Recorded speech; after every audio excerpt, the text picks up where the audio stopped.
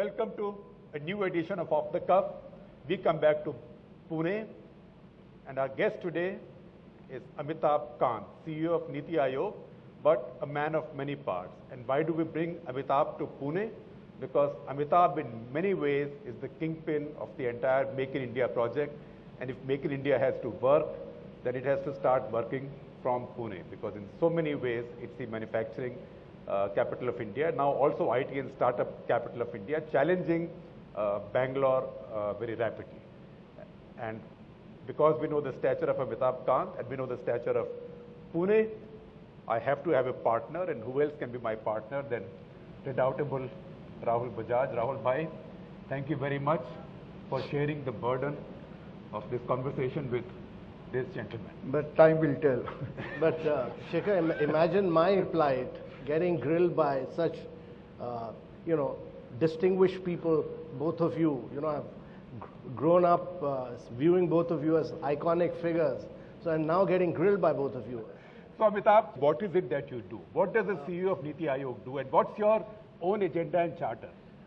We're trying to ensure that aage chal ke kaam na ho, because we were in the midst of this 5-year planning process. And one of the big disruptions that has taken place in India is to get away from this planning process. 5-year plans, annual plans, allocation of resources, all that socialist era mindset, all that has been scrapped, all done away with.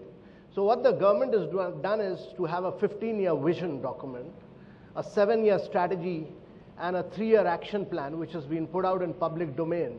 And the intention is that the government should just act as a facilitator, as a catalyst, make India extremely easy, simple, try and ensure that private sector, people like Rahul are able to create, and his sons are able to create wealth for India. So that's the intention. Coming to this central pivotal position, what's the biggest surprise you had when you looked at the processes of the government? Well, I think the key thing was that we've made India over the years a very, very complex, very complicated, very difficult place to do business in. So we need to totally unshackle all that. And I think several new measures have been taken, goods and services taxes in that direction. There was no way for exiting, so startups were finding it extremely difficult. Bankruptcy law is in that direction. I think bringing down the number of forms for import and export from 11 and 9 to 3, you can register a company in one day. But I think the big ticket thing that's happened is that, India is a very large country. It's bigger than 24 countries of Europe. So really, the challenge is in making your states extremely competitive. And the good thing that's happened is that we've started making the states compete. We've started ranking states. We've started naming and shaming states. So that's a very good thing for ease of doing business. The first year we did this, Gujarat came number 1. But the next year, the very next year, Telangana dethroned Gujarat. And I think the remarkable thing was that Jharkhand and Chhattisgarh, they made revolutionary changes, and they came number 3 and number 4. So if the eastern part of India starts creating wealth, where there are real resources, mineral resources, if that becomes easy and simple and starts creating wealth, then India is in for a big change. So what's the most important thing the Prime Minister said to you when he put you in this job? Well, I think make Niti Aayog work. It was a new institution. He was doing away with Planning Commission. Niti Aayog had been in existence for a while. So when I was to go somewhere else, when he posted me, his objective was that Niti Aayog should become a very vibrant, very dynamic institution, and it should move away from the mold of Planning Commission. Get away from all these regulations, get away from this allocation of resources. And I think that's a good thing that's happened. Do you like moving from doing to planning? Well, I've really enjoyed myself here. It opens up this whole large canvas of trying to make radical changes across the board. So we worked on, and my view is that you can't take India into 21st century with 19th century institutions. So we worked on a Medical Council of India, we worked on UGC, we worked on AICTE, we're working on health, education, which according to me are very critical. It's impossible to take India to a high trajectory growth rate if you're not able to improve your infant mortality, maternal mortality, if you're not able to improve the quality of your education. You know, we've been able to provide access of education, but the quality of education remains very, very poor.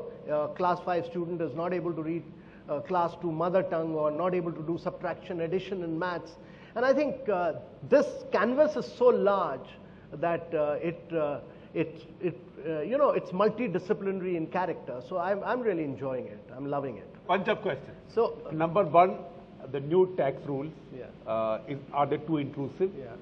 Number two, if you talk minimum governance, why are you running Air India? Yeah. Number three, why are you not disinvesting anything? And four, if you don't do it now, Yeah. when government has such a majority, when will you do it? Yeah. So Shekhar, one credit to this government, I think, is that it's really pushed for, you know, closing down loss and sick making units. So the first report we in Niti Aayog gave was about 26 loss making units. The cabinet has already approved about 17, 18 of them. So they've already gone into getting into closure. The process of closure takes some time. We were asked to be the Disinvestment Commission, Niti Aayog. We've given 3 different reports on strategic disinvestments. Major units are being pushed ahead for strategic disinvestment. A lot of work on this by appointing transaction advisors has been done by the Department of Disinvestment. And I think the critical point which he was making was about Air India. I think that's one of the issues which is being examined right now. It's being subjected to debate and discussion. One view is that the country should invest on health and education rather than on buying planes. And in any case, Air India's share has come down very radically to a low level of just 14%. So today, you know, I mean, Jet and Spice. So there are many airlines. And taxpayer ka paisa ja raha bhaiya. Yeah. So I mean, Government doesn't get money. It doesn't fall from heaven. So, Amitabh knows it much better than I do. So Rahul has even his brother-in-law knows it better than I do. So Rahul has a very valid point.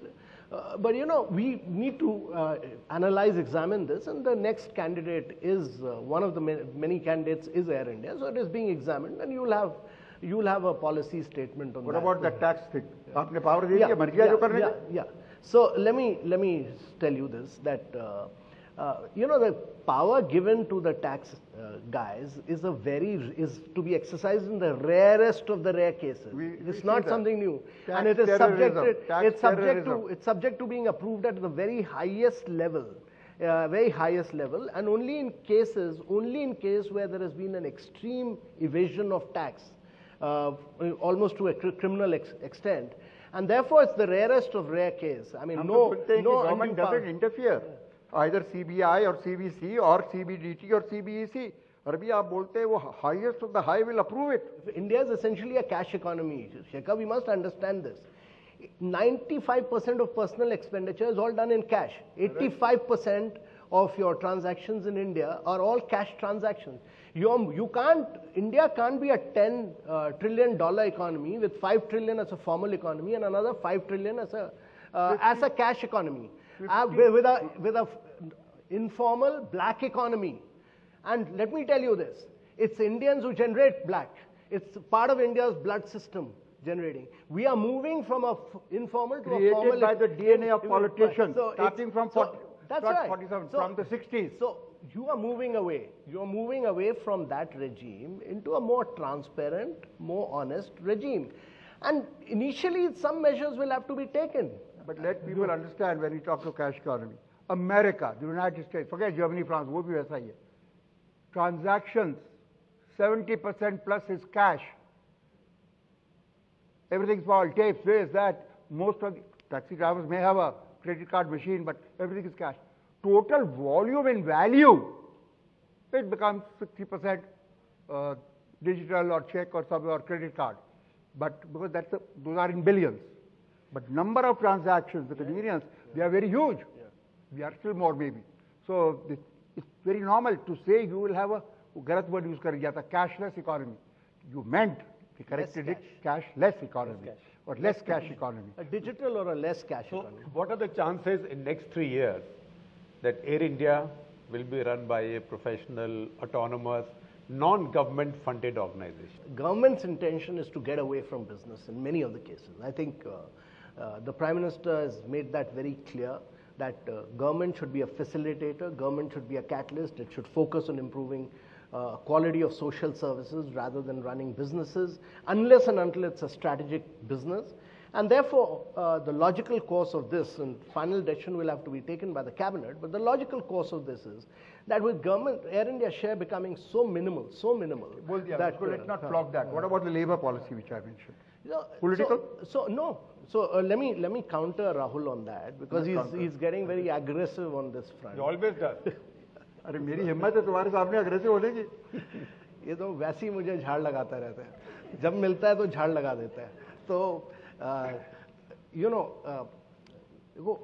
there's some challenges which we must accept. The reality of India, and that is that this government has got a majority in Lok Sabha. It doesn't have a majority in the upper house. It tried to push through the Land Acquisition Act.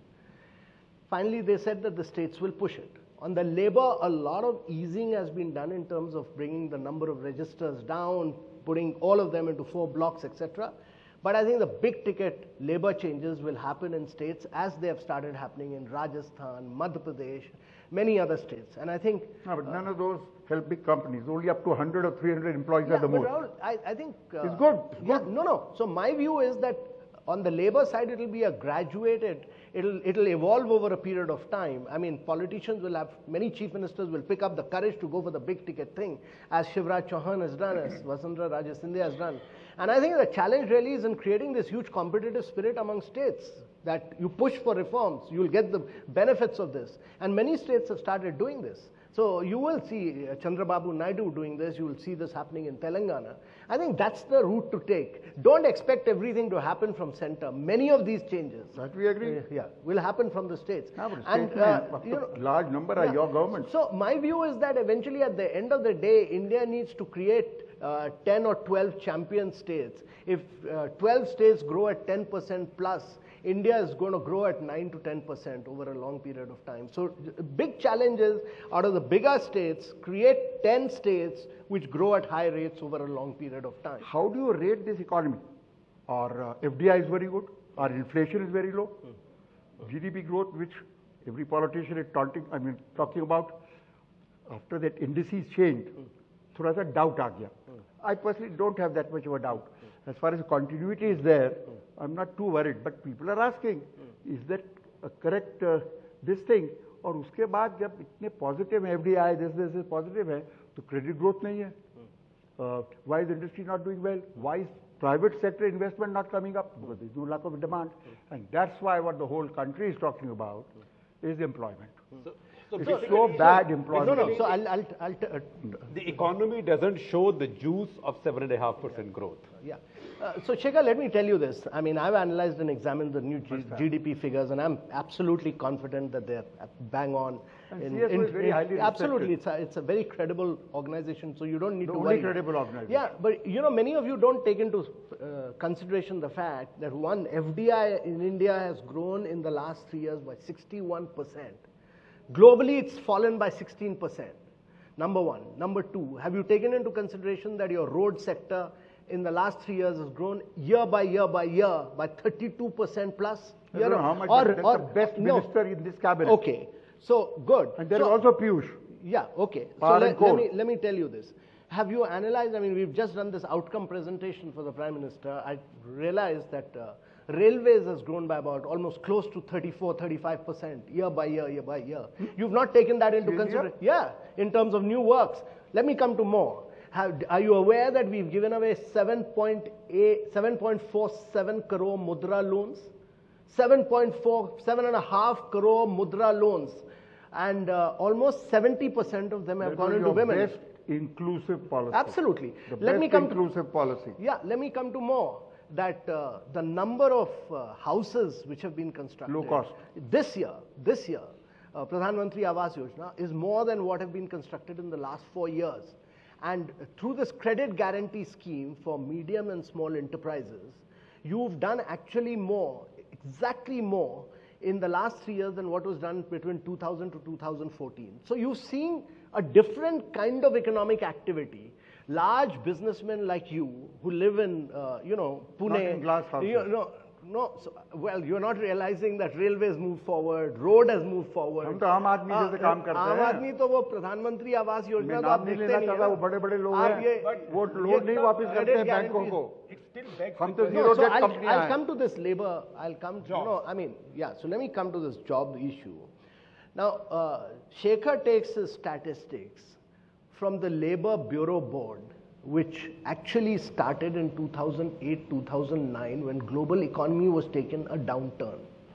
None of you as journalists have analyzed that this Labor Board Bureau statistics accounts for just 3% of the enterprises in India.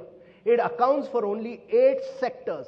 97% of the enterprises, the Labor Board Bureau statistics doesn't take into consideration, informal enterprises. Who takes them into consideration? No. Where are the correct figures? I'll come to that. It doesn't take into consideration enterprises which have 10 or less people with power and 20 or less people without power. It doesn't take them into consideration. So actually India is a very informal economy. All enterprises are less than 10 or less than 20. 97% are not covered. And each one of you is quoting the Labor Bureau Board statistics. Now what you need, two things. According to me, what you need. So my view is that there are several shortcomings in the Labor Board Bureau. That was not meant to do employment statistics ever. It was done to find out in 2008-2009 the extent of people who are losing jobs. Now, you need to do a household survey, which is what Ministry of Department of Statistics has started. By end of 2018, you'll have the real figure of job employment in this country. The other thing, if you 2 more years. No, so other quick thing that you can do is, I mean, you can look at data sets. You can look at Pradhan Mantri Awas Yojana, you can look at Mudra, you can look at FDI, you can look at road, railways, many other new schemes which have been started. And you can do data mining. You can get anyone to do data analytics, mine the data, and then confirm it by doing actual survey on ground, and you'll have a very different picture. But Amitabh, some of us also travel, and it's not anecdotal. Yeah. We also have experience. You don't have the sense of joy that you should see with a growing economy. Yeah, but Shekhar, there are too many people doing nothing, right? Yeah, but Shekhar, I mean, one must understand that 65 to 68% of people work in the agriculture sector. This Labor Bureau Board statistics also, India has gone through 2 years of drought. And let me tell you, next year you'll have a very different picture. That's a changing picture. You'll have a totally different picture. The third is, which is very important, and I must confess this, that the nature of job itself is changing. Manufacturing is getting highly digitized, and therefore we need to train our people to become very highly skilled, and they will be highly paid if we create a new type of skills amongst our people.